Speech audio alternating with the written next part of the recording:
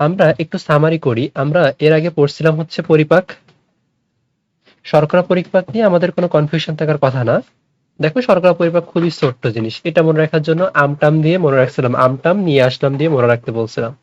Protein পরিপাকও আমি যখন ভিতরে পড়াইছিলাম তখন একভাবে বলে দিয়েছিলাম, এখনো আরেকটা ভাবে কিন্তু চাইলে মনে রাখতে পারো। আমরা একটু রিক্যাপ করি, কারণ আজকে আমাদের ওইগুলা কাজে লাগবে রিক্যাপ করতে। দেখো প্রথমে আসো মুখগহ্বরে, আমরা জানি কোনো প্রোটিন পরিপাক হয় না। এজন্য দেখো মুখগহ্বরে কোনো প্রোটিন পরিপাককারী এনজাইম নাই, কারণ লালারসে কোনো প্রোটিন পরিপাককারী এনজাইম ছিল না। লালারসে কোনো প্রোটিন পরিপাককারী এনজাইম ছিল না। পাকস্থলীতে একমাত্র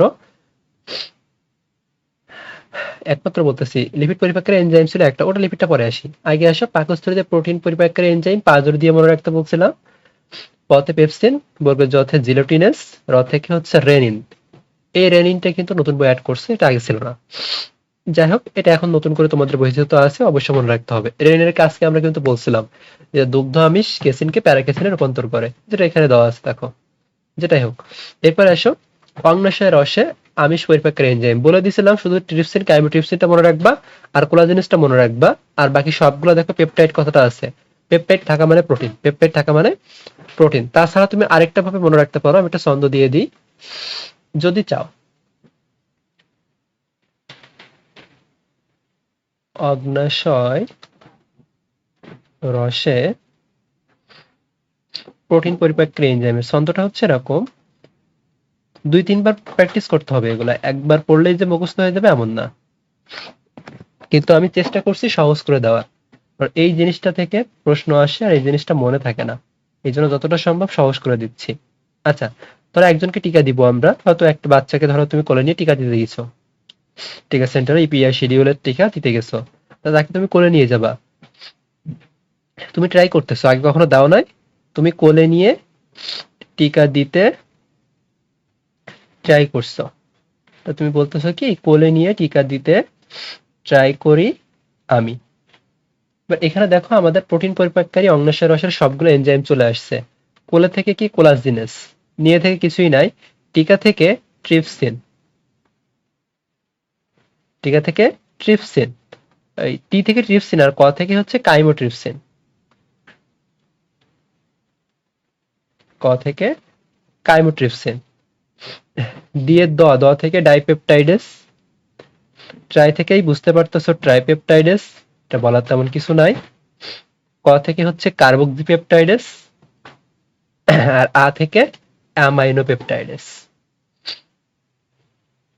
এই টোটাল তোমার অগ্ন্যাশয়ের প্রোটিন পরিপাককারী এনজাইমগুলো আমরা পড়ে ফেলছি। আর অগ্ন্যাশয় রসতে ছিল আরেকটা ছিল না, আন্তরিক রস। আন্তরিক রসে কি ছিল? একমাত্র অ্যামাইনো পেপটাইডেস, ওখানে শুধু আমি দিয়ে পড়তে পারো। দেখো অগ্ন্যাশয় রসে আন্তরিক রসে প্রোটিন পরিপাকের এনজাইম ছিল একমাত্র আমি বা অ্যামাইনো পেপটাইডেস। অ্যামি থেকে কিন্তু আমিই বলা যায়। তাহলে এই প্রোটিন পরিপাক আমরা কিন্তু পড়ে আসছি। আচ্ছা, তারপরে আমরা একটু যদি আবার আগের পড়াগুলো একটু ফেরত আসি, আমরা একটু রিক্যাপ করি। দেখো আমরা দুধে কি কি পাই বা মিল্ক, মিল্কে কি কি থাকে? সব ধরনের খাদ্য উপাদান থাকে আমরা জানি। তা এখানে শর্করা পরিপাককারী এনজাইম কি ছিল? দুধের শর্করা কোনটা ছিল মনে আছে? দুধের শর্করা জানো? ল্যাকটোজ। এটা কিন্তু অনেকবার পরীক্ষায় আসে, মেডিকেলেও আসছে যে দুধের শর্করা কোনটি? ল্যাকটোজ। দুধের প্রোটিন কি ছিল একটু আগেই বললাম, দুধের প্রোটিন হচ্ছে কেসিন। দুধের প্রোটিন হচ্ছে কেসিন। কেসিনকে ভাঙে কি একটু আগে দেখলাম রেনিন, ভেঙে কি করে সে প্যারাকেসিনে রূপান্তর করে, পিসি বা প্যারাকেসিনে সে রূপান্তর করে, এটা আমরা জানি।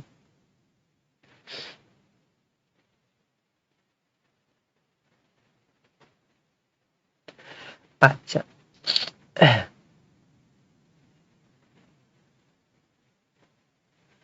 আচ্ছা এবার দেখো আমরা সক্রিয়তা নিষ্ক্রিয়তা বলছিলাম না যে পেপসিনোজেন, জেন মানে নিষ্ক্রিয় বলেছিলাম। এখন ঝামেলা যেগুলো হবে দেখো, এগুলো গুলাই যায়, আমি আবার একটু মনে করাই দিই। এটা মনে রাখবা হচ্ছে পিএইচ দিয়ে, পিএইচ দিয়ে মনে রাখবা। পিতে হচ্ছে পেপসিনোজেন, পিতে হচ্ছে পেপসিনোজেন, এইচ থেকে হচ্ছে এইচ সেল। তাহলে পেপসিনোজেন এইচ সেল দ্বারা সক্রিয় হবে, পেপসিনোজেন এইচ সেল দ্বারা সক্রিয় হবে, সক্রিয় হয়ে কি হবে? পেপসিন, সক্রিয় হবে পেপসিন দ্বারা, আর কখনো ভুল হবে না আশা করি। সেম ভাবে এই সেল আরেকটা কাজ করে, মনে থাকার কথা, এরা কি করে, পোরোরেনিন, বাচ্চাদের ক্ষেত্রে বলছিলাম না এটা, পোরোরেনিনকে সক্রিয় করে কি করে, রেনিনে কনভার্ট করে, রেনিনে কনভার্ট করে, ডাবল এন হয় এখানে। এই কিন্তু আমার এই সেল দুইটা জিনিসকে সক্রিয় করলো, এটা মনে থাকবে আশা করি। এরপরে আসো আরেকটা, যেটা সবথেকে বেশি ঝামেলা হয় সেটা আমি একটু বলি, টিই সিটি দিয়ে পড়বা, টিই সিটি। টিতে কি তাহলে, ট্রিপসিনোজেন, বুঝতেই পারতেছো, টিতে হচ্ছে ট্রিপসিনোজেন, টিতে হচ্ছে ট্রিপসিনোজেন। এই ইতে হচ্ছে এন্টারোকাইনেজ,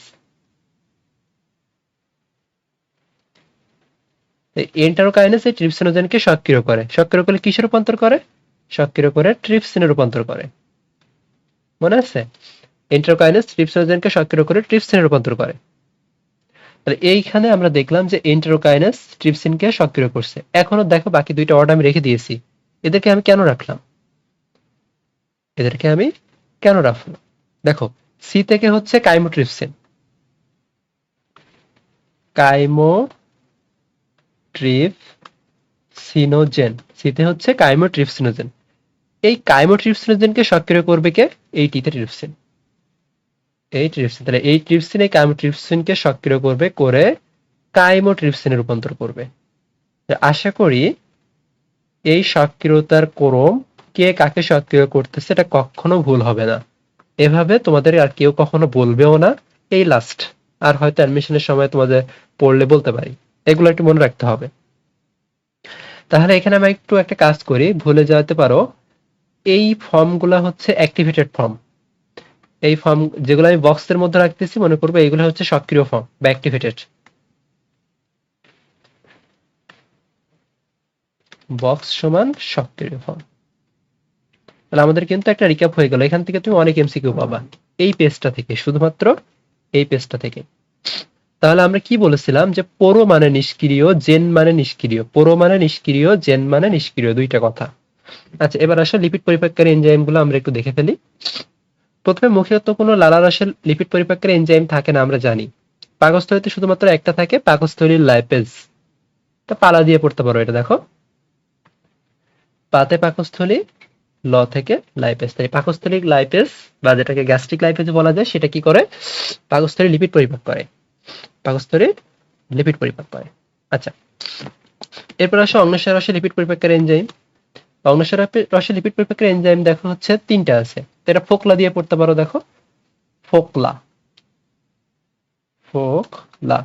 আমি শখটা কেন এত ফোকাস করতেছি বুঝতে পারতেছো, একটু কোশ্চেন খুলবা, কোশ্চেন ব্যাংক বা তোমাদের কাছে যে টেস্ট পেপার আছে, যেটাই আছে, মেডিকেল, ওই তুমি ভার্সিটি বলো বা মেডিকেল বলো বা তোমার এইচএসসি তে বলো, এই শখ থেকে ম্যাক্সিমাম কোশ্চেন আসবে, এই জন্য শখটাতে যেভাবে সহজ করার চেষ্টা করতেছি। তাহলে ফতে হচ্ছে ফসফোলাইপেজ, কতে কোলেস্টেরল স্টারেজ, লতে লাইপেজ।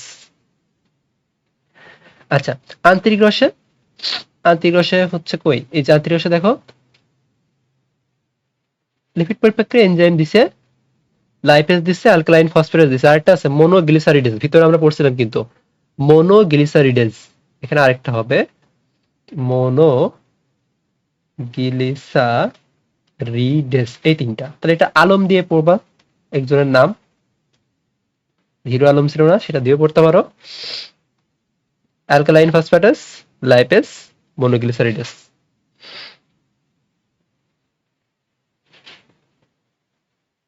আচ্ছা এখানে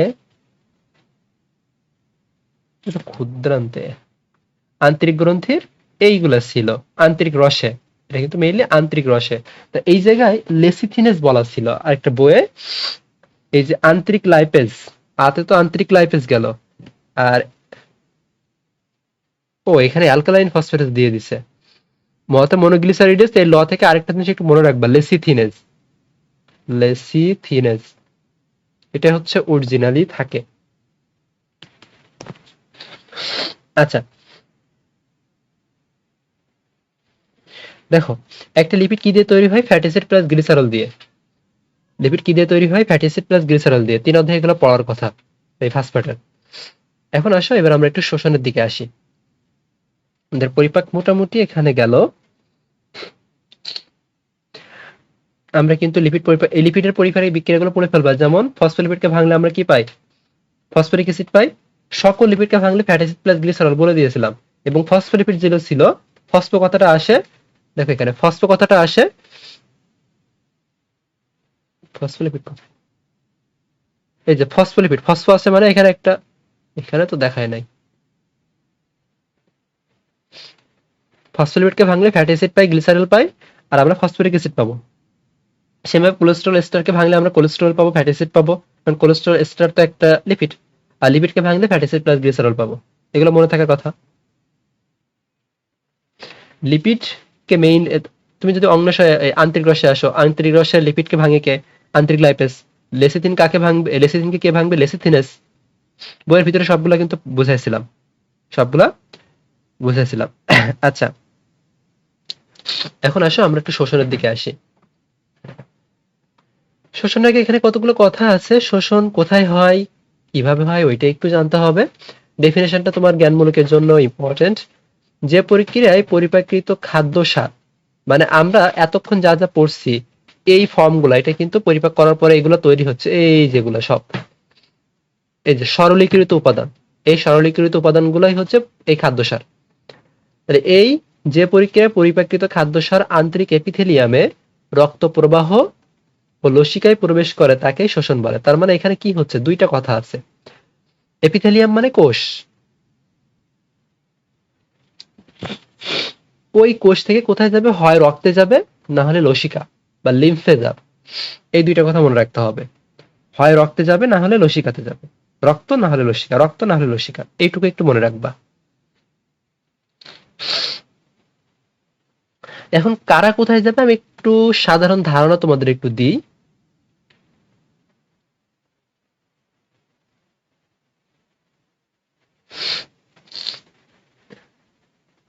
এটা মনে করো রক্তনালী, এটা হচ্ছে রক্তনালী, লাল আকারে দিলাম। আর লসিকা হচ্ছে একটু সবুজ হয় অনেকটা, এটা ধরো লসিকা নালী। আমাদের তো মেইন খাদ্য উপাদান তিনটা, যে তিনটাকে আমরা কি করি? পরিপাক করি। তুমি কার্বোহাইড্রেটের মধ্যে আসো, গ্লুকোজ, ফ্রুক্টোজ, গ্যালাক্টোজ, তিনটা। দেখো তুমি ছকে আসো, তুমি সরলীকৃত উপাদান কি পাইছো? গ্লুকোজ। মল্টোসকে ভাঙলে গ্লুকোজ প্লাস গ্লুকোজ পাওয়া যায়। তাহলে এখানে ফ্রুক্টোজও কিন্তু পাই আমরা।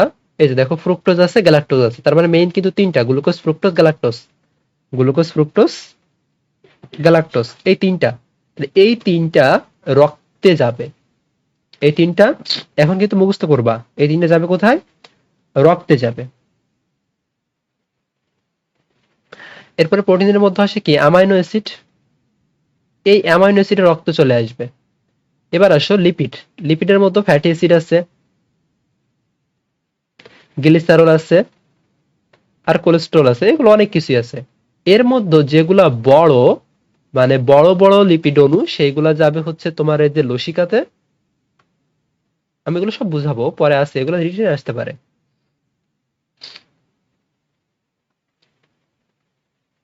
ও, একটু বলেছে বড়গুলা লসিকাতে না, ছোটগুলা যাবে লসিকাতে। লসিকাতে তোমার যাবে হচ্ছে, না ঠিকই তো লিখছি। হ্যাঁ, বড়গুলা যাবে লসিকার নালীতে, আর ছোটগুলা যাবে হচ্ছে রক্তনালীতে, ছোট ছোট লিপিড গুলা। এই হচ্ছে তোমার, এই যে রক্তের লসিকায় কারা কারা যাবে, আমি একটা জেনারেল একটা হিন্টস দিয়ে দিলাম। জেনারেল একটা হিন্টস দিয়ে দিলাম। এখন প্রশ্ন আসবে যে লিপিডের মধ্যে কারা বড় কারা ছোট। এখনই জেনে নাও, তাহলে পরে আমাদের ধরতে সুবিধা হবে। প্রথমে দেখো আমরা তিনটা জিনিস এখানে বললাম। গ্লিসারল, এ হচ্ছে ছোট, গ্লিসারল হচ্ছে ছোট। এরপরে হচ্ছে কোলেস্ট্রল, কোলেস্ট্রল বড়, যথেষ্ট বড়। ফ্যাটি অ্যাসিড তোমার দুই রকমই আছে, ফ্যাটি অ্যাসিড তোমার ছোট আছে, বড় আছে, বড় আছে, ছোট আছে। তাহলে দেখো, এই যারা বড় তারা কোথায় যাবে? তারা লসিকাতে যাবে। তার মানে কোলেস্ট্রল এবং বড় ফ্যাটি অ্যাসিড লসিকা নালীতে যাবে। এরপরে বাকি থাকলো আমাদের গ্লিসারল। তাহলে গ্লিসারল কোথায় যাবে? গ্লিসারল আমার ব্লাডে যাবে, রক্তে যাবে। এই ছোট ফ্যাটি অ্যাসিড কোথায় যাবে? এটাও ব্লাডে যাবে। দেন এই যে লসিকা নালীতে গেল না এই কোলেস্টেরল আর ফ্যাটি অ্যাসিড, এরা পরবর্তীতে আবার রক্তে চলে যায়। এই হচ্ছে তোমার শোষণের একটা বেসিক আইডিয়া। শোষণের একটা বেসিক আইডিয়া। আচ্ছা, এরপরে যদি এখানে আসো, আমরা এবার দেখি এরপরে কি আছে। এই জায়গায় দেখো, এই পাকস্থলীতে খাদ্যবস্তু সম্পূর্ণরূপে পরিপাক হয় না, এটা আমরা জানি, ভিতরে পড়ে আসছি। কারণ পাকস্থলী প্রাচীরে ভিলাই নাই, এই জন্য সেখানে খাদ্যস্বর শোষণ খুব কম হয়। আমরা দেখো হরমোন পড়ছিলাম, সেখানে বলে দিয়েছিলাম যে ভিলাইয়ের কাজ হচ্ছে শোষণ করা, যেখানে যত বেশি ভিলাই থাকবে সেখানে তত বেশি শোষণ হবে। তবে দেখো এই পাকস্থলীতে কিছু কিছু জিনিস শোষণ হয়, পানি, অ্যালকোহল, স্যালাইন, গ্লুকোজ ও কয়েক প্রকার ওষুধ পাকস্থলীতে শোষিত হয়। আর বৃহদন্ত্রে ক্ষুদ্রান্তে শোষিত না হওয়া পানির অধিকাংশই প্রধানত শোষণ করে। মানে ম্যাক্সিমাম পানি জিনিসই এই জায়গাগুলোতে শোষণ হচ্ছে। যেটাই হোক, তাহলে ভিলাই দ্বারা শোষণ হবে, এটা মনে রাখবা। ভিলাই কি? আঙুলের মতো ভাঁজ। এই যে যেটা দেখো, এটা একটা ভিলাই। ভিলাই মানে হচ্ছে আঙুলের মতো দেখতে। ভিলাইয়ের হচ্ছে কি? পরিশোষণের একক, শোষণের একক। ক্ষুদ্রান্তের ডিউডেনামে প্রধানত ক্ষরণ। এই যে এটা দেখো, ক্ষুদ্রান্তের ডিউডেনাম প্রধানত ক্ষরণের সাথে যুক্ত। আমরা কি এখানে সিক্রেটিন, কোলেসিস্টোকাইনিন এগুলো ক্ষরণ পাইছিলাম না? তাই ডিউডেনাম মেইনলি ক্ষরণের সাথে যুক্ত থাকে। আর জেজুনাম, ইউলিয়াম এরা কিন্তু ক্ষরণ করে না তেমন, এরাই শোষণ করবে। এদের এখানে ভিলাই থাকে সবচেয়ে বেশি, এজন্য এরাই শোষণ করে বেশি। দেখো, এই তোমাদের একটা কাজ কমাই দিছে, আগে ভিলাইয়ের সংখ্যা দিয়ে দিছিল, ওটা মুখস্থ করতে হতো, এখন বলছে কয়েক লক্ষ। এটা তো আলাদা করে মুখস্থ করার দরকার নাই। ক্ষুদ্রান্তের লুমেন, লুমেন মানে কি? তো এই যে তোমার ক্ষুদ্রান্ত বৃহদন্ত, এর ভিতর দিয়ে তো খাদ্য যায়, পাস করে, তার মতো ভিতরে তো নালী পথ আছে, ফাঁকা জায়গা আছে। মানে এই যে ফাঁকা জায়গাগুলোতে খাদ্য অতিক্রমের সময় খাদ্য সার শোষণের কাজ করে। ভিলাইয়ের আবরণী টিস্যু, এপিথেলিয়াল টিস্যু কোষসমূহের আবার সূক্ষ্ম অভিক্ষেপ থাকে, যেগুলোকে মাইক্রোভিলাই বলে। তাহলে মানে ভিলাইয়ের থেকে আরো সূক্ষ্ম, একটা ভিলাইয়ের মধ্যে আরো সূক্ষ্ম সূক্ষ্ম চুলের মতো মতো থাকে, যেগুলোকে মাইক্রোভিলাই বলা হয়। একত্রে অনেকগুলোকে একটা ব্রাশ বর্ডার বলে। এরাই মেইনলি শোষণ করবে। তো এইখানে কতগুলো কথা আছে এমসিকিউর জন্য। এই দেখো একটা ভিলাই, একটা ভিলাইয়ের মতো দেখো, এই যে খাদ্য নালীগুলো সব যাচ্ছে, খাদ্য সারগুলা। এখানে দেখো লসিকা আছে, আবার দেখো রক্তনালীও আছে। তাহলে এর মধ্য দিয়ে কিছু কিছু রক্তে চলে যাবে, কিছু কিছু তোমার লিম্ফে চলে যাবে, লসিকাতে চলে যাবে। এই দেখো ফ্যাটি অ্যাসিড, ফ্যাটি অ্যাসিড কোথায় আসতেছে? লসিকাতে আসতেছে। কাইলোমাইক্রন, কাইলোমাইক্রন হচ্ছে লিপিডের পাটা। আসবো কিভাবে তৈরি হয়। ল্যাকটিয়াল মানে হচ্ছে, এই ল্যাকটিয়াল কথা যেখানে দেখবে এটা মনে করবা লসিকা। এবার দেখো, শর্করা আমিষের অবশ্যই অবশ্যই চিত্র বুঝবা। চিত্র না বুঝলে কিন্তু কিচ্ছু হবে না। অবশ্যই তোমাকে চিত্র বুঝতে হবে। চিত্র না পড়তে পারো তাহলে সব ঝামেলা। আচ্ছা, তাহলে এখানে শর্করা ও আমিষের সরল উপাদানগুলা ভিলাসের মধ্য দিয়ে, এই যে দেখো আমি যা যা এখানে রিক্যাপ করছিলাম, শর্করা আর আমিষ বলছিলাম না, এরা রক্ত, এরা ছোট ছোট, এরা কোথায় যাবে? রক্তে যাবে। আর স্নেহের ছোট উপাদানগুলা, ওই সরল উপাদানগুলা ভিলাসের ল্যাকটিয়ালের মধ্য দিয়ে শোষিত হয়ে লসিকাতে যাবে, বড়গুলা। খাদ্য শোষণ প্রধানত দুইটার মাধ্যমে সম্পন্ন হয়, একটা নিষ্ক্রিয় আর একটা সক্রিয়। নিষ্ক্রিয় মানে যেখানে তোমাকে শক্তি দিতে হবে না, এই যে এটিপি দরকার হয় না। আমরা পড়বো এই যে নিষ্ক্রিয় শোষণ, সক্রিয় শোষণ, এটা পড়বো হচ্ছে ৯ অধ্যায়ে উদ্ভিদ সাহিত্য চ্যাপ্টারে। এই শোষণ টপিকটা খুবই গুরুত্বপূর্ণ। তাই নিষ্ক্রিয় এখন আপাতত অত ডিটেলস বুঝতেও পারবা না, শুধু মনে রাখো নিষ্ক্রিয় যেখানে সেখানে আমার শক্তির প্রয়োজন হয় না, আর যেখানে সক্রিয় শোষণ সেখানে আমার শক্তির প্রয়োজন হয়।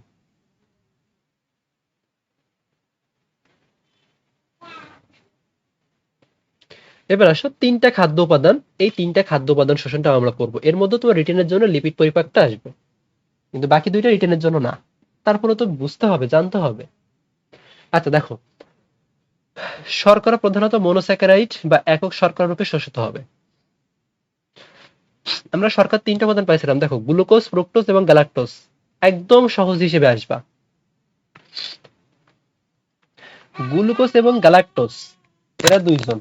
গ্লুকোজ এবং গ্যালাক্টোজ, এরা, এদেরকে শোষণ করতে গেলে আমার এই শক্তি দিতে হবে, সক্রিয় শোষণ হবে।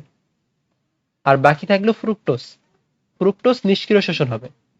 আর যেখানে যেখানে নিষ্ক্রিয় শোষণ দেখবা মানে ব্যাপন প্রক্রিয়া, তাহলে ফ্রুক্টোজ ব্যাপন প্রক্রিয়ায় শোষিত হবে।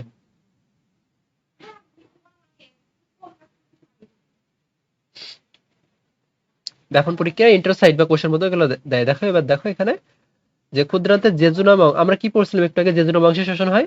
দেখো ক্ষুদ্রান্তের জেজুনাম অংশের এপিথেলিয়াল কোষে সক্রিয় শোষণ হয় গ্লুকোজ গ্যালাক্টোজ। এই যে গ্লুকোজ ও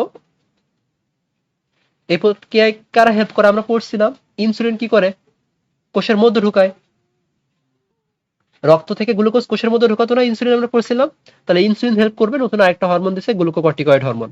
এখানে আপাতত ইনসুলিনটা মনে রাখবা, কোষের মধ্যে ঢুকাবে, রক্ত থেকে কোষের মধ্যে ঢুকাবে, এই জন্য রক্তে গ্লুকোজের পরিমাণ কমে যায়, কোষে গ্লুকোজের পরিমাণ বেড়ে যায়। এইটুকুই।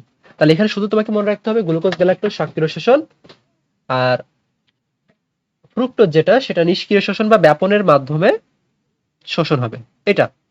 এরপরে আসো প্রোটিন। প্রোটিনের অ্যামাইনো অ্যাসিড দেখো আছে, কোষের গঠন, কোষ বলছি, ওই যে তোমার কোষ রসায়ন পড়লে জানার কথা, তোমাদের আছে D amino acid, L amino acid. D amino acid, L amino acid ছিল। ডি মানে কি ডানপন্থী, এল মানে বামপন্থী, এগুলা জানার কথা যদিও অধ্যায় পড়ে থাকো। এখানে এরাও কিন্তু দেখো ডিউটেরাম জেজুরাম অংশের ভিলাইয়ের প্রাচীর এপিথেলিয়াল, সবগুলো এপিথেলিয়াল কোষ দ্বারা শোষিত হবে সক্রিয় শোষণ, আর ব্যাপন মানে নিষ্ক্রিয় শোষণ প্রক্রিয়ায় শোষিত হয়। এখন এই জায়গায় কিন্তু বলা নাই, এখানে কিন্তু বলা নাই যে কোন অ্যামিনো অ্যাসিড কোন পরীক্ষায় শোষণ হবে, কিন্তু পরীক্ষা ওইগুলো আসবে, আমি বলে দিচ্ছি। তার আগে দেখো এখানে একটা এমসিকিউ আছে, এই প্রোটিন পরিপাকে বা অ্যামাইনো অ্যাসিড শোষণে যে হরমোনটা দরকার সেটা হচ্ছে থাইরক্সিন হরমোন। এটার মেকানিজম এখনো তোমরা বুঝবা না, আর বোঝার প্রয়োজনও নাই। যে হরমোনটা প্রয়োজন শুধু একটু মুখস্থ করবা, থাইরক্সিন হরমোন। তাহলে এবার এখানে দেখো অ্যামাইনো অ্যাসিডটা বললাম দুইটা, একটা ডি অ্যামাইনো অ্যাসিড, একটা ডি,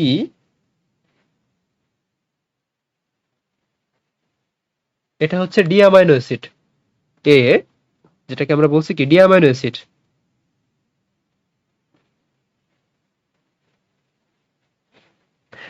আরেকটা হচ্ছে এল অ্যামাইনো অ্যাসিড, এ দিয়ে অ্যামাইনো অ্যাসিড বোঝাচ্ছি।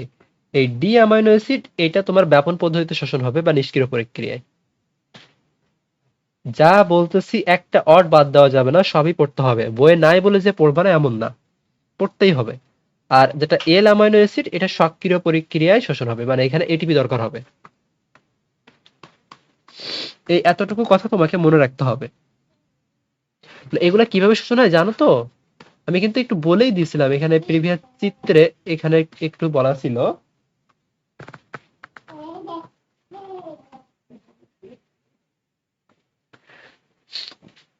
এই ধরো তোমার লুমেন, এই লুমেনের এখানে থাকে হচ্ছে তোমার এপিথেলিয়াল কোষ, এখানে এইগুলাতে হচ্ছে, এগুলো সব হচ্ছে কি এপিথেলিয়াল কোষ।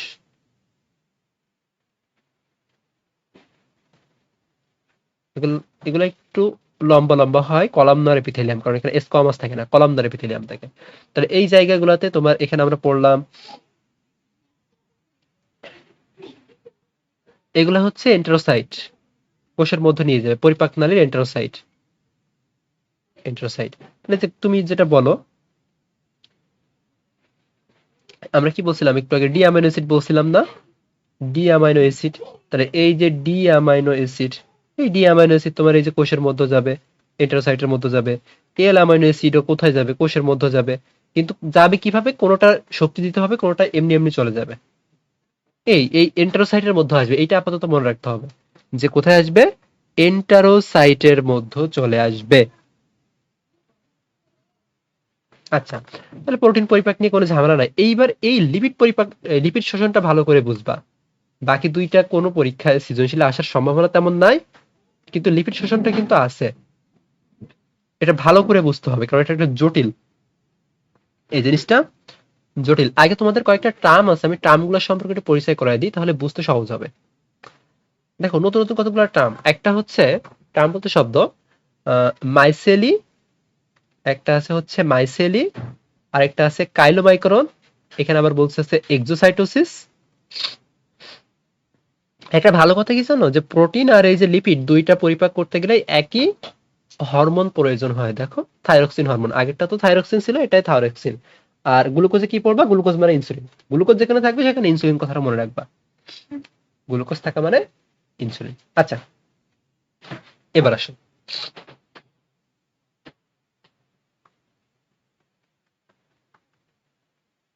এই যে লিপিডের শোষণ প্রক্রিয়া দেখো বলেই দিছে জটিল। তো এখানে দেখো আমরা কি কি পাই, আগে দেখো আমরা পরিপাক পড়ে আসছি না, পরিপাক শেষে আমরা এখানে কি পাই? দেখো ফ্যাটি অ্যাসিড পাইছিলাম, সরাসরি গ্লিসারল পাইছিলাম, কোলেস্টেরল পাইছিলাম, মনোগ্লিসারাইড পাইছিলাম। এই জিনিসগুলো কিন্তু পাইছিলাম আমরা লিপিডের পরে, লিপিড পরীক্ষা করার পরে এগুলো পাইছিলাম। তাহলে এগুলো সব শোষণ হতে হবে। তা এর মধ্যে দেখো গ্লিসারাল আর ছোট ছোট যে ফ্যাটি অ্যাসিড গুলো আছে সেইগুলা সরাসরি নিষ্ক্রিয় শোষণের মাধ্যমে, মানে ব্যাপন প্রক্রিয়ায় শোষণ হবে। কোথায় যাবে? গ্লাসের প্রাচীরে শোষণকারী কোষ বা এপিথেলিয়ামে যাবে। সহজ কথা, এরা সরাসরি কোথায় চলে যাবে? এপিথেলিয়ামে চলে যাবে। এটা নিয়ে কোনো সমস্যা নাই। আচ্ছা আমি একটু চিত্র দিয়ে বুঝাবো। আমি আগে এখান থেকে বলতেছি, একটু মনে রাখো। ছোট ফ্যাটি অ্যাসিড আমরা কিন্তু এর আগেই বলছিলাম, ছোট ফ্যাটি অ্যাসিড গ্লিসারল এরা ছোট ছোট, এজন্য এরা সরাসরি কোথায় চলে যাবে? সক্রিয় শোষণের মাধ্যমে চলে যাবে, এপিথেলিয়াম কোষে যাবে। সেইখান থেকে পোর্টাল সংবহন তন্ত্রে যাবে, এটা বোঝাচ্ছি আমি। অন্যদিকে দেখো, এইখান থেকে তোমার মেহিন কাহিনী শুরু। বড় ফ্যাটি অ্যাসিড এবং মনোগ্লিসারাইড পিত্ত লবণ সহযোগে মাইসেলি তৈরি করবে। এর মধ্যে কোলেস্ট্রল থাকবে, চর্বি থাকবে, চর্বিতে দ্রবণীয় ভিটামিন এগুলা থাকতে পারে। তার মানে একটা মাইসেলিতে দেখো বড় ফ্যাটি অ্যাসিড থাকতেছে, মনোগ্লিসারাইড থাকতেছে, কোলেস্ট্রল থাকতেছে, চর্বিতে দ্রবণীয় ভিটামিন কি কি ছিল? ভিটামিন এ, ডি, ই, কে, অ্যাডেক বা কেডা, যেটা দিয়ে পড়ো। এরা ক্ষুদ্রান্ত শোষণকারী কোষের মুক্ত প্রান্তের সংস্পর্শে এলে পিত্ত লবণ ছাড়া মাইসেলের অন্যান্য উপাদান বাইরে বেরিয়ে এসে ব্যাপন প্রক্রিয়ায় শোষণ কোষের ভিতরে প্রবেশ করায়। এরপরে থায়োকাইনেজ এনজাইমের সহায়তায় ফ্যাটি অ্যাসিড সক্রিয় ফ্যাটি অ্যাসিডে রূপান্তরিত হয়। এই সক্রিয় ফ্যাটি অ্যাসিড প্রোটিন ও কোলেস্টেরল ফসফোলিপিড মোড়কে আবৃত হয়ে কাইলোমাইক্রন তৈরি করে।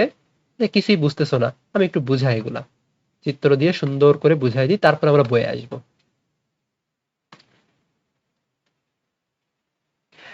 এই মনে করো আমাদের সেই লুমেন, লুমেন মানে গহ্বর, পরিপাক নালীর গহ্বর। আমরা একটা এপিথেলিয়াম কোষ আঁকবো। উপরে যে অনেকগুলো এপিথেলিয়াম আঁকছিলাম না, এখন এতগুলো আমার দরকার নাই, আমি একটা এপিথেলিয়াম কোষ আঁকলাম। এই মনে করো এই একটা এপিথেলিয়াম কোষ, বুঝে নিও এটা কিন্তু এপিথেলিয়াম কোষ, এটা হচ্ছে এপিথেলিয়াম কোষ। এবার আসো, এই জায়গায় আমাদের কি কি ছিল? বড় ফ্যাটি অ্যাসিড ছিল, ছোটগুলো সরাসরি এখানে এপিথেলিয়ামে চলে যাচ্ছিল। আমি যদি আরেকটু দেখাই, এখানে ফ্যাটি অ্যাসিড যেটা ছোট ছিল, এরপরে তোমার যেটা গ্লিসারল ছিল, এই জায়গায় যে এপিথেলিয়াম ছিল না, এই দুইটা সরাসরি এখানে চলে যাবে ব্যাপন প্রক্রিয়ায়, এদের নিয়ে কোনো ঝামেলা নাই। কিন্তু যেটা বড় ফ্যাটি অ্যাসিড এবং যে কোলেস্ট্রল, বড় ফ্যাটি অ্যাসিড এবং কোলেস্ট্রল এগুলা সরাসরি এই এপিথেলিয়ামে যেতে পারবে না। এরা কি করবে? এরা এর চারিদিকে, এর চারিদিকে পিত্ত লবণ, আমরা পড়ছিলাম না সোডিয়াম গ্লাইকোলেট, সোডিয়াম টরোকোলেট, চারিদিকে পিত্ত লবণ এসে কাভার করে ফেলবে। এই যে ফরম্যাটটা এখন তৈরি হয়েছে না, এই কালো যেগুলো, আমি এগুলা কিন্তু বলছি পিত্ত লবণ। তাহলে পিত্ত লবণের মধ্যে দেখো কোলেস্ট্রল এবং বড় ফ্যাটি অ্যাসিড আটকে রয়েছে। ওই টোটাল এই জিনিসটাকে বলা হয় মাইসেলি। তাহলে এই জিনিসটা টোটালি হচ্ছে কি? মাইসেলি। তাহলে মাইসেলি জিনিসটা আশা করি বুঝতে পারছো। এবার এটা হলো, এইবার এইটা আস্তে আস্তে আস্তে আস্তে আস্তে আস্তে এই যে এপিথেলিয়াম কোষ, এই কোষের যে প্রাচীরের কাছে চলে আসে, এপিথেলিয়াম কোষের প্রাচীরের কাছে চলে আসে। আসে সে কি করে? সে বাইরে যে তোমার লিপিড আবরণ ছিল না, সেই লিপিড আবরণ বাদ দিয়ে ভিতরে যারা ছিল তাদেরকে ব্যাপন প্রক্রিয়ার ভিতরে পাঠায় দেয়। তা ভিতরে কি ছিল বলো? ভিতরে ছিল ফ্যাটি অ্যাসিড আর কোলেস্ট্রল। সেই ফ্যাটি অ্যাসিড এবং কোলেস্ট্রলকে সে ভিতরে পাঠিয়ে দিবে। আর এই পিত্ত লবণ কিন্তু সে বাইরে থেকে যাবে, ও ভিতরে ঢুকবে না। কেন সে ভিতরে ঢুকবে না? ওই পরে যদি আবার বড় ফ্যাটি অ্যাসিড আর কোলেস্ট্রল আসে, তাদেরকে ঘিরে আবার মাইসেলি তৈরি করবে, সেই মাইসেলিকে আবার আরেকটা এপিথেলিয়ামের ওখানে নিয়ে আসবে, বা এই এপিথেলিয়ামের ওখানে নিয়ে আসবে। তাহলে এতটুকু তো বুঝতে পারছো যে এর ভিতরে যেগুলো ছিল সেগুলো নিষ্ক্রিয় শোষণ বা ব্যাপন প্রক্রিয়া ভিতরে প্রবেশ করাই দিছে, ভিতরে প্রবেশ করাই দিছে। তাহলে আমরা এখান থেকে কিন্তু এইগুলো পড়ে ফেলছি, এই যে কোথায়, এই যে শোষণকারী কোষের ভিতরে প্রবেশ করায় দেয়।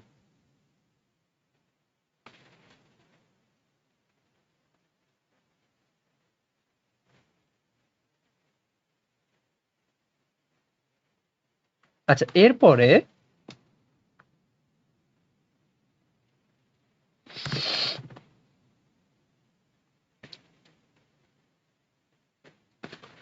এরপরে কি হয়,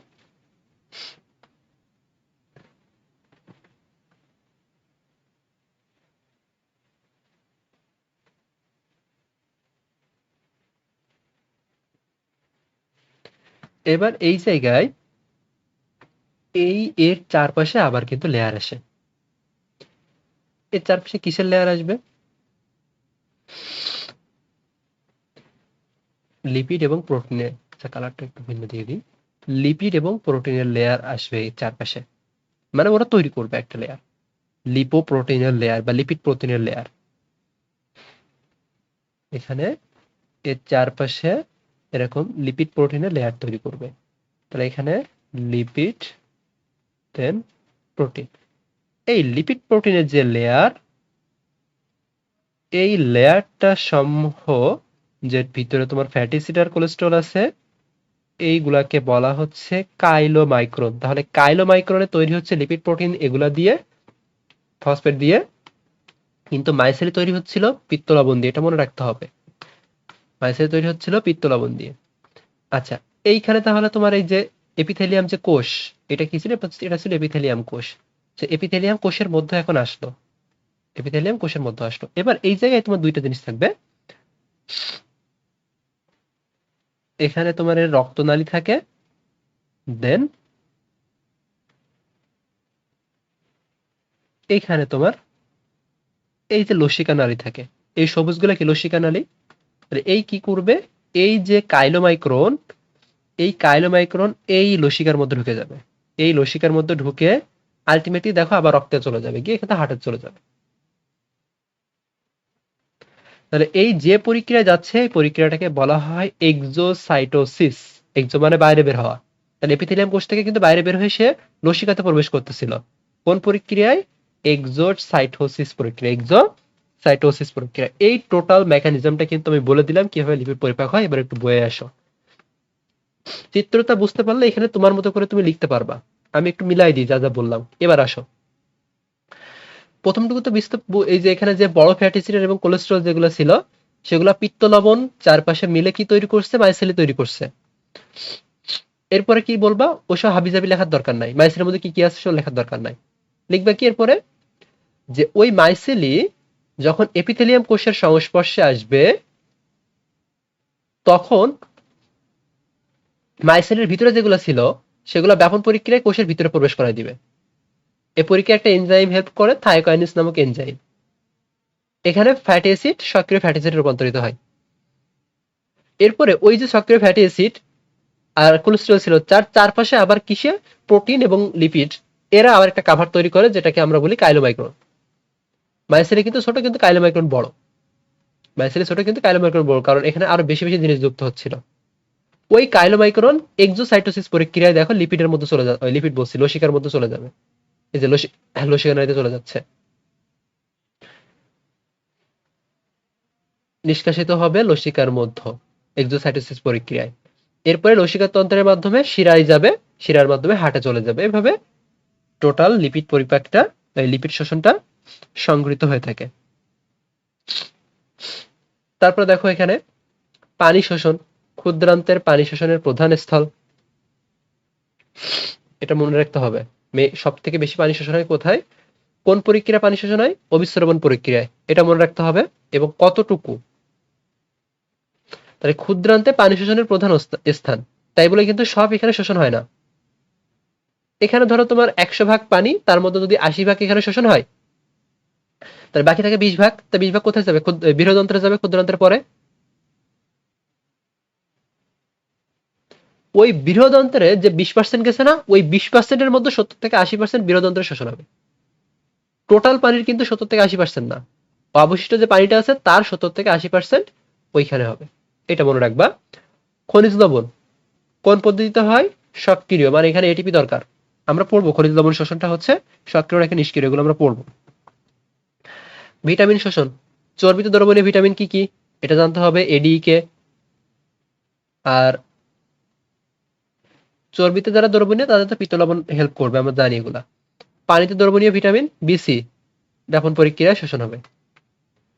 আচ্ছা, এরপরে আসো। তার মানে আমরা যদি সামারি করি, গ্লুকোজ গ্যালাক্টোজ সক্রিয় শোষণ এটিপি লাগতো, ফ্রুক্টোজ নিষ্ক্রিয় শোষণ ব্যাপন প্রক্রিয়ায় যাইতো, ডি অ্যামাইনো অ্যাসিড নিষ্ক্রিয় প্রক্রিয়া ব্যাপন প্রক্রিয়ায় শোষণ হতো, এল অ্যামাইনো অ্যাসিড সক্রিয় প্রক্রিয়া মানে এটিপি দরকার ছিল, গ্লিসারল ছোট ফ্যাটি অ্যাসিড নিষ্ক্রিয় প্রক্রিয়া ব্যাপনের মাধ্যমে, কোলেস্টেরল বড় ফ্যাটি অ্যাসিড সক্রিয় প্রক্রিয়ায় এটিপি দরকার।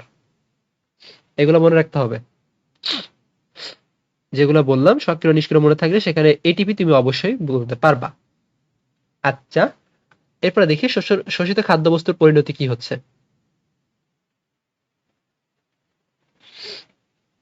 শর্করা বা চর্বি শক্তি উৎপাদনে ব্যবহৃত হয়, এটা রিডিং দিবা, এখানে তেমন কিছু পড়ানোর নাই।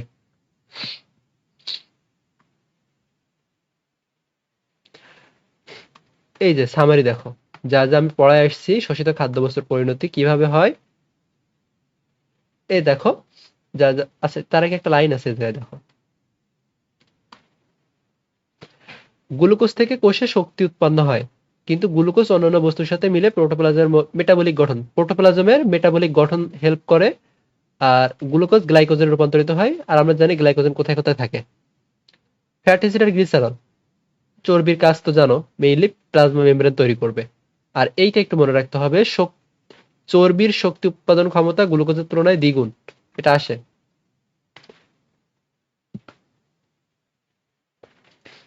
এবার দেখো, গ্লুকোজ সক্রিয় শোষণের মাধ্যমে অন্তরের ভিলাস মানে কি এপিথেলিয়াম কোষে আসতো, দেন সেখান থেকে কি এরা ছিল গ্লুকোজ সক্রিয় পদ্ধতিতে, কি বলছিলাম গ্লুকোজ ছোট জিনিস, রক্তে যাবে, হেপাটিক পোর্টাল শিরা, শিরা মানে কি রক্তনালী, সে রক্তনালীতে যাবে, হেপাটিক পোর্টাল শিরার মাধ্যমে যকৃতে যাবে, যকৃত থেকে হার্টে যাবে, হার্ট থেকে আবার মহাধমনী বা অ্যাওর্টার মাধ্যমে কোষে যাবে, কোষ আবার ওখানে ব্যবহার করবে গ্লুকোজটাকে, ওরা ব্যবহার করবে, ব্যবহার করে শক্তি তৈরি করবে, কার্বন ডাইঅক্সাইড তৈরি করবে, সে কার্বন ডাইঅক্সাইড আবার দেহের বাইরে নির্গত হবে। অ্যামাইনো অ্যাসিড সেম ভাবে একই প্রক্রিয়া অবলম্বন করবে, অ্যামাইনো অ্যাসিড গ্লুকোজ একই প্রক্রিয়া অবলম্বন করবে। আর ফ্যাটি অ্যাসিড গ্লিসারল এরা প্রথমে কোথায় যাবে, লসিকা নালী ল্যাকটিয়াল, ভিলাস থেকে ল্যাকটিয়াল, তারপরে থ্রসিক লসিকা নালী, এরপরে শিরাতন্ত্রে গিয়ে হার্টে, আর সবগুলো সেম। আচ্ছা, বৃহদন্ত্রের পার্ট গুলো দেখো, আমরা সব জানি, এগুলো পড়ে ফেলছি। বৃহদন্ত্রের দৈর্ঘ্য 1.5 মিটার। কি কি ছিল, সিকাম ছিল, ইউ আকৃতির কোলন ছিল, কোলনের 4টা পার্ট ছিল এবং মলাশয় ছিল। মেইনলি পার্ট কিন্তু 3টা, বৃহদন্ত্রের পার্ট বললো 3টা, কিন্তু কোলনের পার্ট 4টা। এরপরে সিকামের সাথে দেখা একটা অ্যাপেন্ডিক্স লেগে থাকে, এটাকে বলা হয় উপকারী জীবাণুর ভান্ডার। এই অ্যাপেন্ডিক্স থেকে একটা কথা মনে রাখবা, পরীক্ষায় আসে, উপকারী জীবাণুর ভান্ডার। আমাদের বডিতে কিন্তু অনেক উপকারী জীবাণু আছে জানো, প্রত্যেকের বডিতে, বিশেষ করে এই যে পরিপাক নালীগুলোতে। ওগুলা স্বাভাবিকভাবে কোনো ক্ষতি করে না, কিন্তু ওগুলা কোনোভাবে যদি অন্য জায়গায় চলে যায় তাহলে আমাদের রোগ হয়। বলে না কৃমি আছে প্রত্যেকের বডিতে, জানো তো প্রত্যেকের বডিতে কিন্তু কৃমি আছে, তোমাদের বডিতেও কৃমি আছে, কিন্তু ওগুলা অতিরিক্ত হয়ে গেলে সমস্যা, আর যদি অ্যাবনর্মাল জায়গায় চলে যায় তাহলে সমস্যা। প্রত্যেকটা একদম মুখ থেকে শুরু করে তোমার অ্যানাস পর্যন্ত প্রত্যেকটা জায়গায়, আমরা মেডিকেল ভাষায় এগুলোকে বলি নর্মাল ফ্লোরা, মানে এগুলো ক্ষতি করে না স্বাভাবিকভাবে, কিন্তু অন্য জায়গায় চলে গেলেই ক্ষতি করে। কোলনের পার্ট গুলো সব আলোচনা করছিলাম, এগুলো নিয়ে কিচ্ছু বলার নাই আমার এখন, সব ডিটেলসে পড়ছি। আচ্ছা, এই বৃহদন্ত্রের কাজ কি, মানুষের বৃহদন্ত্র প্রধানত কি কাজ করে দেখো। প্রথমে বলছে ব্যাকটেরিয়ার ক্রিয়া, এই যে যেটা কথাটা বলতেছিলাম উপকারী জীবাণুর ভান্ডার। দেখো, বৃহদন্ত্রে প্রায় 500 প্রজাতির, চিন্তা করতে পারো 500 প্রজাতির ব্যাকটেরিয়া মিথজীবী, মানে কি আমাদের কোনো ক্ষতি করে না, খাদ্যগুলাকে গাজন করায় বা পাচন ঘটায়। দেখো, আমরা সেলুলোজ হজম করতে পারি না, তাই না, কিন্তু যদি খেয়ে ফেলে, আমাদের তো খাওয়ার দরকার আছে, কারণ মলের জন্য এটা দরকার। দেখো সেলুলোজ, হেমিসেলুলোজ, আর যেগুলা অপাচ্য, ওই সব গুলাকে ভেঙে ফেলে অ্যাসিটিক অ্যাসিড, বিউটারিক অ্যাসিড এগুলা তৈরি করে, এবং ছোট ফ্যাটি অ্যাসিড তৈরি করতে পারে, শর্ট চেইন ফ্যাটি অ্যাসিড। এবং কার্বন ডাইঅক্সাইড তৈরি, এই অ্যাসিটিক অ্যাসিড তৈরি হলে কার্বন ডাইঅক্সাইড তৈরি হবে, হাইড্রোজেন মিথেন গ্যাস তৈরি করবে। এই লাইনগুলো একটু লিঙ্ক দিবা।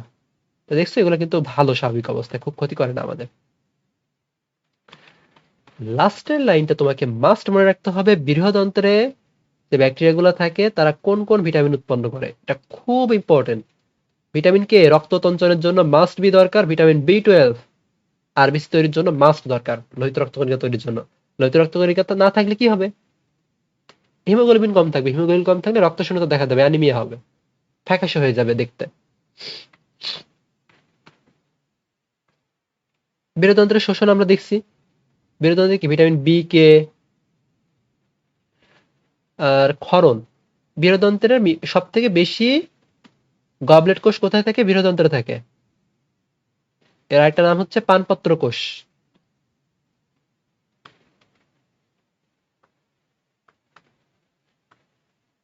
মেডিকেল আসছিল যে নিচের কোনটিতে পানপত্র কোষ থাকে? ক্ষুদ্রান্ত বীরতন্ত্র দুইটাই থাকলে বীরতন্ত্র দিবা, কারণ বীরতন্ত্রে সব থেকে বেশি পরিমাণে পানপত্র কোষ বা গডব্লেড সেল থাকে।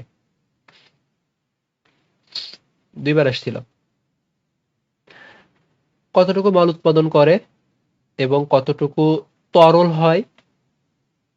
তরল মল দেখো 350 গ্রাম লিকুইড, আর যেটা শক্ত আর্দ্র মল ফিসেস যেটাকে আমরা বলি 135 গ্রাম। মলত্যাগ ডেফিকেশন, এটা একটা কিন্তু প্রতিপত্তি ক্রিয়া। ডেফিকেশন রিফ্লেক্স প্রতিপত্তি ক্রিয়া। দেখো এই জায়গায় খুব বেশি কিছু পড়া নাই, কিন্তু তারপর পড়া আছে। দেখো যে যে এই সংজ্ঞাটা তো আসবে যে মল রূপে দেহের বাইরে যেগুলা নির্গত হয় সেগুলাকে আমরা বলি ইজে। নামগুলো দেখো, মলত্যাগ, ডেফিকেশন বা ইজেশন, তিনটা নামই পড়তে হবে। আর রাফেজের সংজ্ঞা পরীক্ষায় আসে, খাদ্যের অপাচ্য, অশোষিত ও দেহে পুষ্টি মূল্যহীন বস্তুকে রাফেজ বলে। দেখবা শক্ত খাবার বা রেগুলার যদি তুমি মাংস খাইতে থাকো বা শক্ত জিনিস যদি খাইতে থাকো তাহলে কোষ্ঠকাঠিন্য হয়, পায়খানা কষা হয়, সহজভাবে বাংলা যদি বলি। ওই যদি কষা হয় বা কোষ্ঠকাঠিন্য হয় তখনই কিন্তু বলে নরম খাবার খাইতে, মানে আঁশ জাতীয় খাবার খাইতে হবে। আঁশ জাতীয় খাবার মানে রাফেজ। না খাইলে কিন্তু কোষ্ঠকাঠিন্য কমবে না। আর কোষ্ঠকাঠিন্য হতে গেলে একবার শুরু হলে তো অনেক ঝামেলা, ওখান থেকে কিন্তু অনেক জটিল আকার ধারণ করে। এই জন্য আঁশ জাতীয় খাবার রেগুলার খাইতে হবে, শাকসবজি রেগুলার খাইতে হবে। আচ্ছা, বীরযন্ত্রের প্রাচীর থেকে ক্ষরিত মিউকাস তো সব জায়গায় থাকে, তাহলে বীরযন্ত্রে যেহেতু মিউকাস আছে তাহলে এখান থেকে পিচ্ছিল জাতীয় পদার্থ ক্ষরণ হতে পারে, যে জন্য মলটা ত্যাগ করতে সহজ হয়। আচ্ছা আমি একটা জিনিস একটু দেখাই, না এখানে তো দেখাই নাই। এই যে ভাঁজ ভাঁজ আছে না, এখানে অনেকগুলো ভাল্ব থাকে। ওই ভাল্ব যদি না থাকতো, এই যে রেকটামের এখানে অনেকগুলো ভাল্ব থাকে যেটাকে আমরা রেকটাল ভাল্ব বলি বা রেকটাল প্যাপিলা যেটাই বলো, যারা যারা বলতেছি। যার জন্য কিন্তু আমরা দেখো যখন সোজা হয়ে দাঁড়ায় উঠি, আমাদের কিন্তু যখন ডেফিকেশন রিফ্লেক্স হয়, মানে মূত্রত্যাগে বা মলমূত্র মল ত্যাগের ইচ্ছা হয়, আমরা দাঁড়ায় থাকলে কি নিচ থেকে অটোমেটিক্যালি পড়ে না? যদি এটা একদম সোজা নালী হতো তাহলে কিন্তু অটোমেটিক্যালি পড়ে যেত, বের হয়ে যেত, কিন্তু পড়ে না। কেন পড়ে না? কারণ এখানে এরকম বাঁকা অনেকগুলো ভাঁজ থাকে, এই জন্য পড়ে না, আটকে যায়। অ্যানাটমিক্যাল গঠন এগুলা। আচ্ছা, ব্যাকটেরিয়া সংক্রমণের ফলে সালফার ডাইঅক্সাইড তৈরি হয়, হাইড্রোজেন সালফাইড তৈরি হয়, যেটার জন্য মল দুর্গন্ধ হয়, পেস্টিসাইড হয়, এগুলো একটু দেখে নিবা। এবার আসো পরিপাক শ্বসনের পার্থক্য, বোঝানোর দরকার আছে বলে আমার মনে হয় না। যা যা পড়ে আসছি সব সামারি। পরিপাক কি হয়? জটিল খাদ্যকে ভেঙে আমরা সরল খাদ্যে রূপান্তর করি। আর শ্বসনে কি হয়? সরল খাদ্য থেকে রক্ত বা লসিকায় নিয়ে যায়। কোথায় হয় পরিপাক? পরিপাক সব জায়গাতেই হয়। আর শোষণ মেইনলি জেজুনাম এবং আইলিয়ামে হয়। এখানে এনজাইম দরকার ছিল, এখানে এনজাইম কিন্তু শোষণে কোনো জায়গায় এনজাইম দেখছো? কোথাও কিন্তু তেমন এনজাইম লাগেই নাই। পরিপাক করতে গেলে অবশ্যই শক্তি দরকার। আর এখানে শোষণে তোমার শক্তি দরকারও ছিল, আবার কোনো জায়গায় শক্তি ছিল না।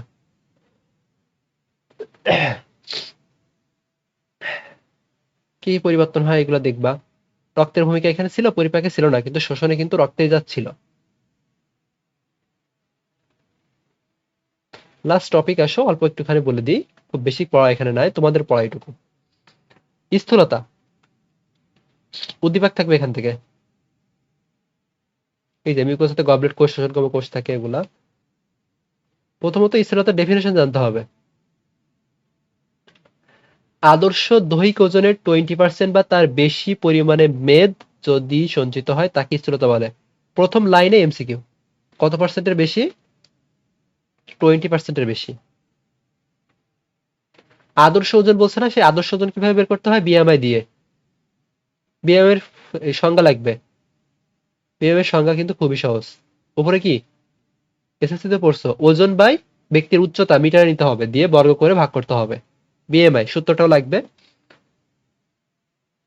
এখন দেখো এই বিএমআই এর সাধারণ একটা রেঞ্জ আছে, এটা মুখস্থ করতে হবে। বিএমআই ছক সব মুখস্থ করতে হবে।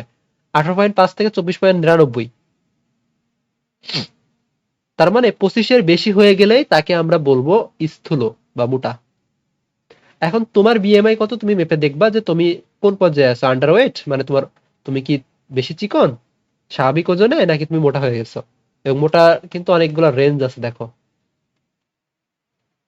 এটা কি স্বাভাবিক? এটা দেখে বেশি পাতলা মনে হচ্ছে, থেকে একটু দিলে বেশি মোটা দিলে ভালো হইতো। তাহলে 18.5 এর নিচে যদি তোমার আসে বা হিসেব করে দেখছো, দেখো তোমার বাসায় যদি ফিতা থাকে, ফিতাতে কিন্তু ফিটে থাকে, মিটারে থাকে না। ফিট থেকে মিটারে কনভার্ট করবা এবং এখান থেকে কিন্তু ম্যাথ আসবে, গয়ে আসবে। এটা ওজন তোমার ফিটে দেওয়া থাকবে, ওখান থেকে মিটারে কনভার্ট করবা। যদি সেন্টিমিটার দেওয়া থাকে তাহলে তো আরো সহজ, মিটারে কনভার্ট করবা, করে তারপরে এটা ক্যালকুলেশন করবা। ক্যালকুলেটর নিয়ে যাই জীববিজ্ঞানের দিনে, সাধারণ ক্যালকুলেটর হলেও, কারণ এই বিএমআই দিয়ে দেয় বোর্ড কোশ্চেনে গয়ে। তাই স্বাভাবিক ওজন, অতিরিক্ত ওজন কতটুকু, আমি ছকটাই দেখাই। এই ছকটা একদম ঠটস্থ করে ফেলতে হবে, আমি বলে দিচ্ছি। দেখো প্রথমটা, এইটা তো তোমার অবশ্যই মনে থাকবে এবং এইটাই প্রায় আসে, যে 18.5 থেকে 24.99 এইটাই হচ্ছে স্বাভাবিক ওজন।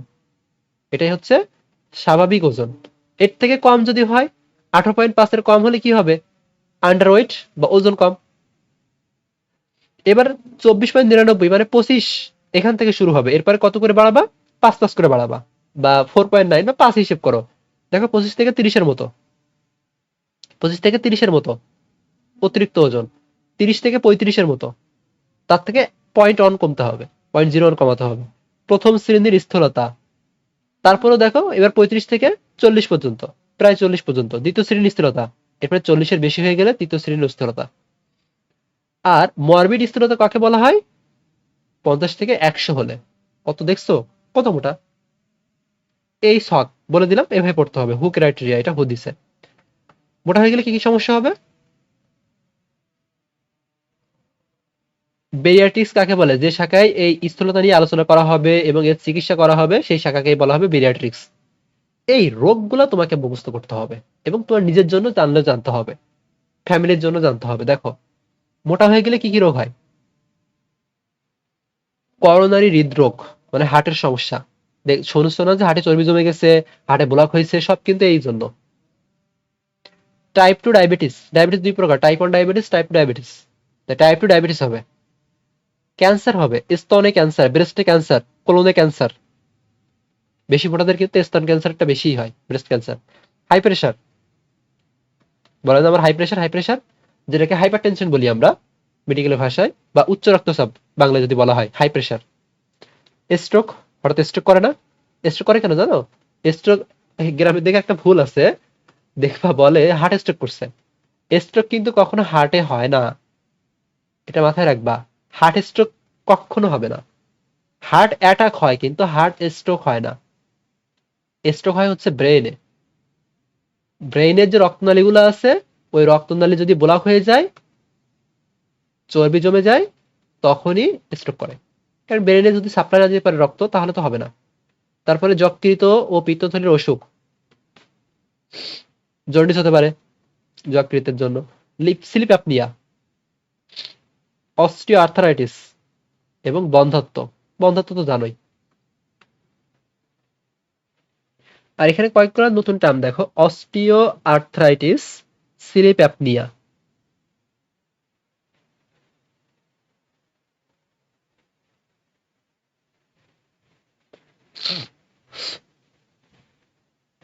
স্লিপ অ্যাপনিয়া মানে হচ্ছে ঘুমানোর সময় শ্বাস প্রশ্বাসে বাধা পাবে, ঘুমের সময় শ্বাস প্রশ্বাস নিতে কষ্ট হবে। সহজভাবে যদি বলি, ঘুমানোর সময় বারবার শ্বাস প্রশ্বাস থেমে যাবে, হঠাৎ বন্ধ হয়ে যাবে। তাই এগুলো কি ভালো? তারপর এর জন্য কিন্তু ওই যে জোরে নাক ডাকে না, এই জন্যই কিন্তু স্লিপ অ্যাপনিয়া। দম বন্ধ হয়ে আসে, হাঁপায়, এইগুলো হয়। এটা মনে রাখবা। স্লিপ অ্যাপনিয়া মানে কি? শ্বাস অ্যাপনিয়া মানে কিন্তু শ্বাসরোধ বা ওই যে শ্বাস বন্ধ হয়ে যাওয়া। আর ঘুমের মধ্যে শ্বাস বন্ধ হয়ে যায় বলে এটাকে বলা হয় স্লিপ অ্যাপনিয়া।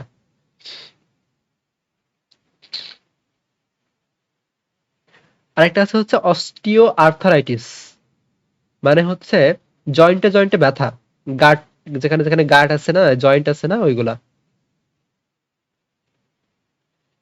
গাঁটে ব্যথা বলে, বলে যে আমার গাঁটে গাঁটে ব্যথা হয়েছে, এইটাই সেটা। নড়াচড়া অসুবিধা হয়, বিশেষ করে বয়স্কদের এই সমস্যাটা হয়। বাত ব্যথা বলে না, এগুলাই কিন্তু অস্টিওআর্থ্রাইটিস এগুলা। এগুলো একটু মনে রাখবা। স্লিপ অ্যাপনিয়া আর এই যে অস্টিওআর্থ্রাইটিস এই টার্মগুলো তোমাদের জন্য নতুন।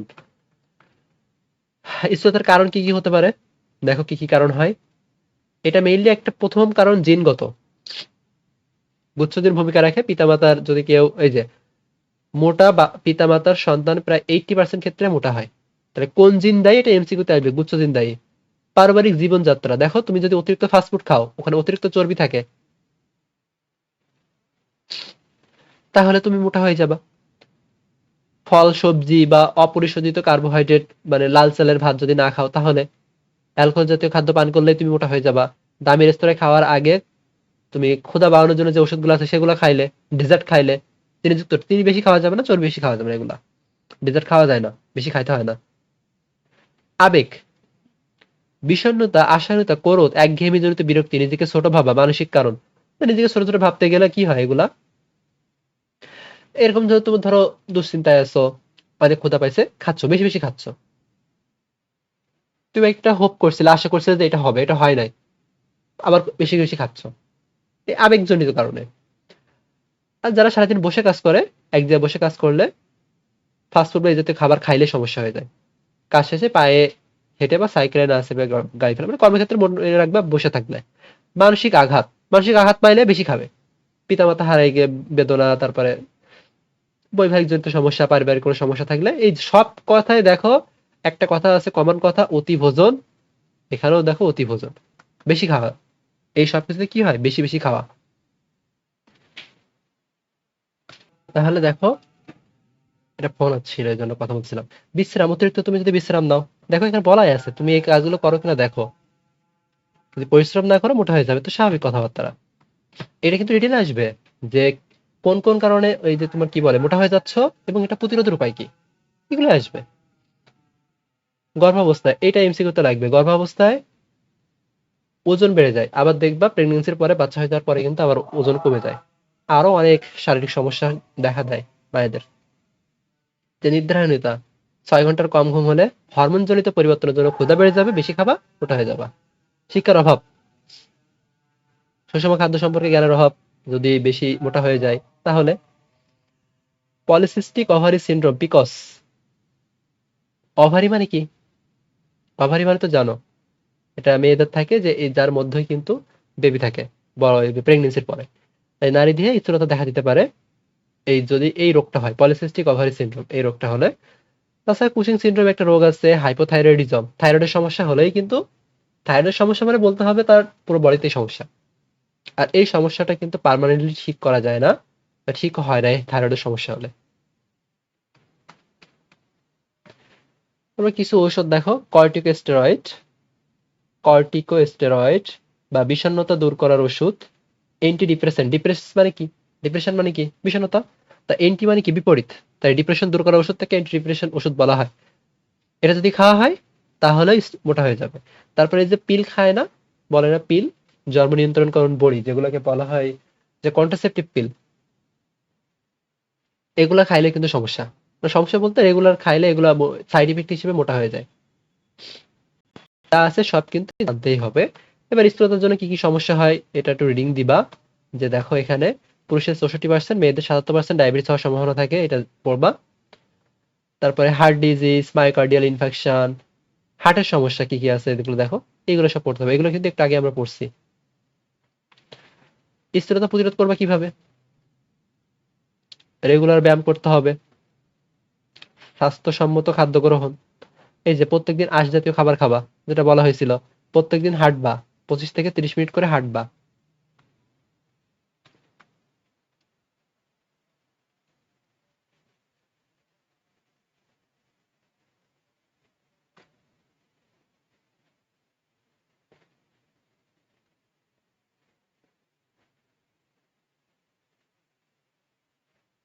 তারপরে লোভনীয় খাবার পরিহার করবা, যে ফাস্ট ফুড বা জাঙ্ক ফুড এগুলা খাওয়া যাবে না। দেহের ওজন রেগুলার পর্যবেক্ষণ করতে হবে, বিএমআই এর সঠিক মাত্রা বজায় রাখতে হবে। রেগুলার শাকসবজি ফল খাবা, অব্যাহত প্রয়াসী, তারপরে যে বিনোদন, এরপর দেখো কিটোজেনিক ডায়েট, এগুলা। এরপর দেখো ঔষধ সেবনের একটা জিনিস, অর্লিস্টান বা ফেন্টারমাইন বা লোরকাসিন, এইগুলা। এইসব ওষুধ খাইতে হবে, এগুলা আছে, একটু অন্য নামগুলো কিন্তু জানতে হবে, একটু জানবা। এবারে ক্ষুধা হ্রাসকরণের জন্য, ওই স্থূলতা হ্রাসকরণের জন্য ম্যাজিক বুলেট আবিষ্কার হয়েছে, এটা পড়তে হবে। যে হরমোন, বেরিয়াট্রিক সার্জারি কি কি আছে, এগুলো একটু দেখবা। পশ্চিমের কয়েকটা রোগ, পেপটিক আলসার, আলসার মানে ক্ষত সৃষ্টি হওয়া, পশ্চিমে যেটা হয় কি দিয়ে হয়, হেলিকোব্যাক্টার পাইরোডি দিয়ে হয়। এটুকু শুধু তুই জানবা, কি কি খাইলে এগুলো হয়। এনএসএআইডি খাইলে এটা হয়, পেপটিক আলসার, এনএসএআইডি।